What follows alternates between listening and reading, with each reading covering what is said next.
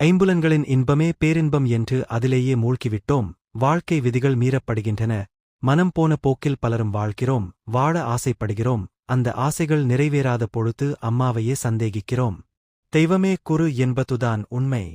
மந்தையாகச் செல்லுகின்ற ஆடுகள் ஒரு ஆட்டைத்தான் தம்மோடு சேர்த்துக் கொள்ளும். வேறு யார் அருகில் வந்தாலும் லேசாக கூட்டமாக தாங்கள் விலகிக் கொண்டு நடக்கும். எனவேதான் நான் உங்களில் ஒருவராக உறவாடி வந்திருக்கிறேன் எனும் பொருளில் ஏற்கனவே அம்மா பல ஆண்டுகளுக்கு முன் கூறிய அருள்வாக்கும் இங்கே நினைவு கூறத்தக்கது.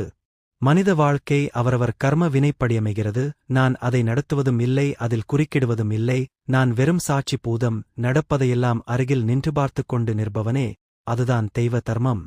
நான் சாட்சி பூதமாக அருகில் நிற்பதை நீங்கள் உணரும் போது உங்களால் தவறுகளையோ தீவினைகளையோ நிச்சயமாகச் செய்ய முடியாது.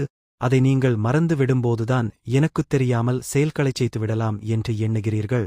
பாதிப்புக்கு உள்ளாக்கும் சம்பவங்கள் நிகழ்வதும் அப்போதுதான். எனக்குத் தெரியாமல் சூதாடலாம் என்று தர்ம நினைத்தானே, அதுதான் அவனது அஞ்ஞானம். கவலை கொள்ளும் மனத்திடம் நாம் ஆபத்தில் இல்லை, அன்னை ஆதிபராசக்தியின் அரவணைப்பில் நாம் இருக்கிறோம் எனப் புரிய வைக்க வேண்டும். மனதிடம் திரும்பத் திரும்பப் பேசுவதன் மூலம் அதற்கு நாம் பாதுகாப்பாக அன்னை மடியில்தான் இருக்கிறோம் என்ற எண்ணத்தை அதன் தொகுப்பில் புகுத்த வேண்டும். மனதை எடுத்தவுடனே அடக்க முடியாத மனதை சிறிது சிறிதாகத்தான் பழக்க வேண்டும். நல்ல எண்ணங்களை புகுத்தி எதிர்மறையான எண்ணங்களை நீக்க வேண்டும். எல்லாம் அம்மா பார்த்துக் கொள்வாள் என துன்பக் காலத்தில் எதுவும் செய்யாமல் கழிக்க வேண்டுமா? எப்படி வினைக்காலத்தை கவலையில்லாமல் கழிப்பது என யோசிக்கிறாயா?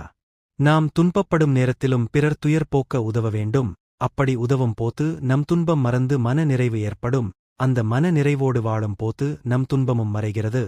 ஓம் சக்தி.